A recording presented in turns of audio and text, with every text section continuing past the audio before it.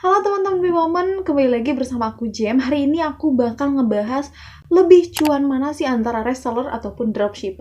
Sebelum itu kita harus mengetahui dulu nih, apa itu reseller, apa itu dropshipper.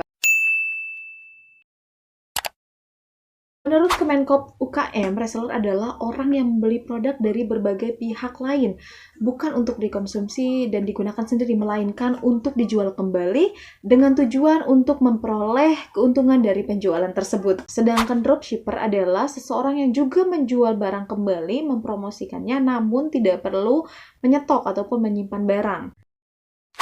Lalu apa perbedaan antara reseller dan dropshipper? Seorang reseller harus membeli produk yang akan dijual terlebih dahulu kepada supplier ataupun distributor. Sedangkan dropshipper tidak perlu melakukannya. Jadi reseller perlu mengeluarkan modal untuk membeli barang, sedangkan dropshipper tidak perlu mengeluarkan modal. Perbedaan yang kedua, reseller harus menyediakan dan membeli stok barang dari supplier sebelum dijual dan dipromosikan.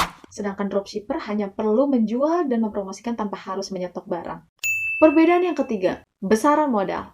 Reseller harus membeli barang terlebih dahulu. Oleh karena itu harus menyiapkan modal terlebih dahulu. Sedangkan dropshipper tidak perlu mengeluarkan modal sepeser pun karena ia tak perlu menyimpan stok barang. Nah, karena reseller mengeluarkan modal, biasanya barang yang dijualnya memiliki selisih harga sekitar 20-50% dari harga beli.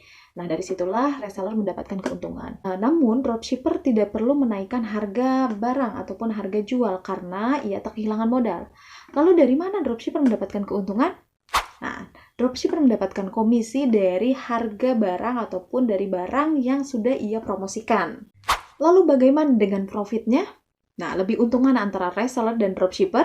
Kalau dihitung secara effort, antara reseller dan dropshipper sebenarnya sama-sama menguntungkan. Tetapi, jika dilihat nominal, sudah pasti reseller lebih menguntungkan. Jadi, dua-duanya sama-sama menguntungkan. Namun, mana usaha yang lebih besar? Ketika usahanya lebih besar, berarti keuntungannya akan lebih besar. Dan ketika usahanya lebih kecil, mungkin keuntungannya juga akan lebih kecil. Namun, perlu diingat, keduanya memiliki resiko masing-masing. Ketika reseller penjualannya tidak laku, maka akan mengalami kerugian karena barangnya tidak terjual. Begitupun dropshipper, ketika stok barang di supplier sudah tidak ada, maka tidak bisa menjual barang.